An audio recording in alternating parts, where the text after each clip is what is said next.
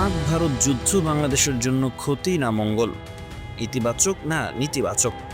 পাক ভারত যুদ্ধ হলে বাংলাদেশের লাভ কেমন আর ক্ষতি কেমন হতে পারে? পাক ভারত দুই প্রতিবেশী রাষ্ট্র, দীর্ঘকাল ধরে উত্তেজনা, যুদ্ধ, শত্রুতা আর এই সংঘাতের মাঝে প্রায় পড়ে বাংলাদেশ। প্রশ্ন উঠছে, এই দুই পরাশক্তির টানাপোড়েনে বাংলাদেশের জন্য মঙ্গল বয়ে আনছে না ক্ষতির কারণ হচ্ছে? 1971 সালের যুদ্ধ ভারত পাকিস্তানের সবচেয়ে বড় লড়াই। এর ফলেই জন্ম নেয় বাংলাদেশ। তখন ভারতের সামরিক সহযোগিতা, রাজনৈতিক সমর্থন, শরণার্থী গ্রহণ সব মিলে ভারতের ভূমিকা ছিল স্পষ্টভাবে ইতিবাচক। এই যুদ্ধ আমাদের জন্য ছিল স্বাধীনতার যুদ্ধ, মুক্তির যুদ্ধ। কিন্তু এরপর কার্গিল যুদ্ধ, সিয়াচেন গ্লেসিয়ারের সংঘর্ষ, সার্জিক্যাল স্ট্রাইক, বালাকোট হামলা এসব যখন ঘটে, তখন বাংলাদেশের অবস্থান হয়ে পড়ে স্পর্শকাতর। কারণ একদিকে রয়েছে মুসলিম সংখ্যাগরিষ্ঠ দেশ পাকিস্তান, আর অন্যদিকে কূটনৈতিকভাবে শক্তিশালী প্রতিবেশী ভারত। প্রথমত, যখন দুই দেশের সম্পর্ক খারাপ হয়, তখন বাংলাদেশ কৌশলগতভাবে গুরুত্বপূর্ণ হয়ে আছে। ভারত ও পাকিস্তান উভয়ই বাংলাদেশের সঙ্গে সম্পর্ক ভালো রাখতে চায়। এতে করে কূটনৈতিক ও অর্থনৈতিক সুবিধা কিছুটা পাওয়া যায়। কিন্তু নেতিবাচক দিকগুলো আরও স্পষ্ট।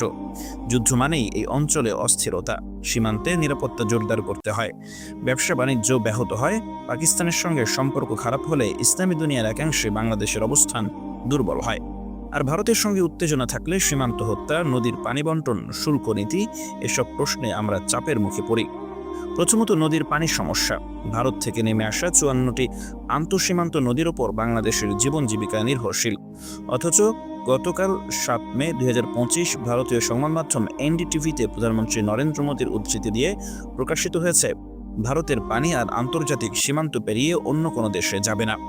এ বক্তব্য বাংলাদেশের জন্য গভীর উদ্বেগের বার্তা, বিশেষত তিস্তা, গঙ্গা বা ধরলা নদীর পানির ন্যায্য হিস্সার প্রশ্নে।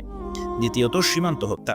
পাকিস্তানের সঙ্গে সম্পর্ক খারাপ হলে ভারত নিজেদের সীমান্ত নিরাপত্তা জোরদার করে, যার প্রভাব পড়ে বাংলাদেশের সঙ্গে সীমান্তে।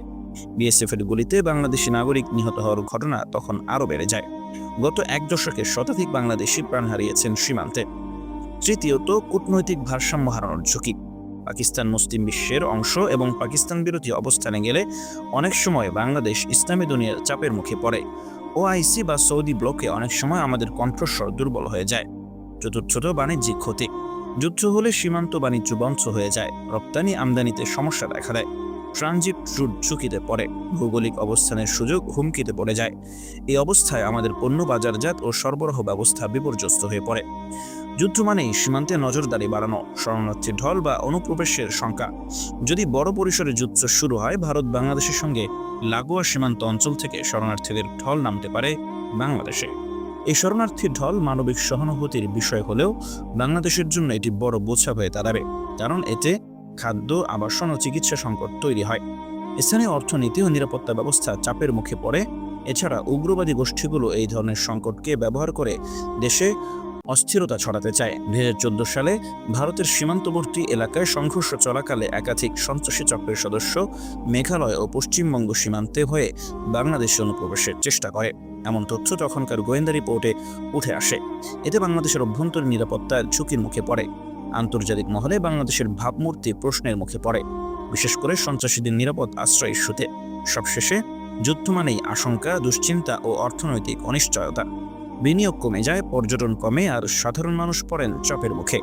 যুদ্ধের উত্তাপ কখনো শুধু সীমান্তে থাকে না, তা পৌঁছে যায় গরিবের ঘরেও।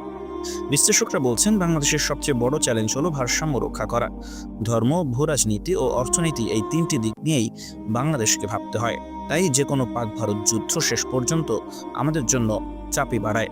বাংলাদেশ চায় শান্তি, চায় উন্নয়ন, চায় প্রতিবেশীদের সঙ্গে সৌহার্দ্য। যুদ্ধ, অস্ত্র বা রক্তপাত নয়, এই অঞ্চলকে দরকার কূটনীতি, সংলাপ আর মানবিক মূল্যবোধ।